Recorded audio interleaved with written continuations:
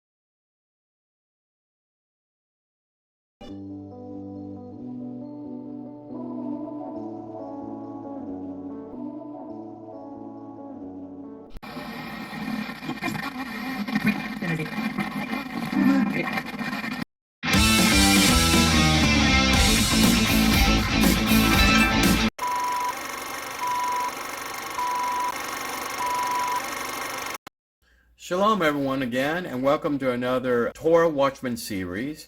This is historical and content. It's Ramadan. Why does the Orthodox Jew care that it's Ramadan? Well, Ramadan came into existence for a reason. It came into existence essentially to commemorate the vision that Muhammad received from Allah in that near Mecca. I want you to know that there were Jews in the area of Medina. They were known as Medina Jews for hundreds and hundreds of years. They were there before Muhammad ever was born, before Islam was even instantiated as a religion. Okay, why are no Jews allowed in Mecca and Medina today? By policy, by the Arab government there. It finds its roots. That policy statement today finds its roots back to what happened during the time of these ancient Medina Jews. This is around 625 CE, folks, a long time ago. Recent archaeologists have found Hebrew script and various tablets, archaeological digs and things of that nature, building structures. They found evidence that confirmed some of the stories that were encapsulated in some of our Jewish writings and history and lore. They proved that there were Jews there from the very beginning. There were Jews living there in 3 tribes that lived in harmony with their Arab brothers and sisters. They were all polytheistic. The Arabs are all polytheistic, but they respected the Jews that were living there. There were goldsmiths, there were date farmers, there were sheep herders, there were all kinds of skilled artisans and people like that. They were living at peace and harmony with the Arabs that were there until Islam started. Well, Muhammad was very disappointed because when he went to this Jewish community and espoused the gospel of Islam, they didn't accept it. In fact, they ridiculed him.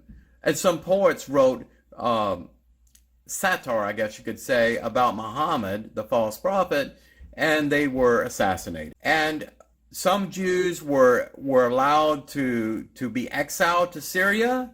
Other Jews stayed there and fought. There were problems with politics at that time because the Jews there, in order to survive, they joined other Arab coalition forces that did not support Islam. And at the end, they were all beheaded and massacred.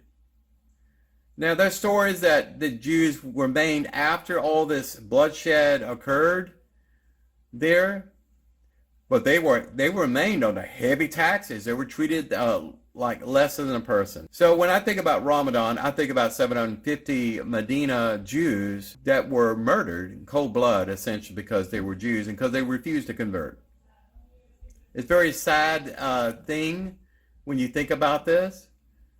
When the Jews are all about shalom, I can say shalom to my Muslim friends and they say shalom alaikum to me. But you have to understand, history is history, whether it's good or bad, whether it puts your religion in good favor or not, it's still history. To rewrite history and to ignore history is really denying your existence. So anyway, I just wanted to reflect to this about the fate of the Medina Jews, about, you can look all this up. It's a lot of scholarly papers written on this subject. I don't think a lot of people are talking about this enough.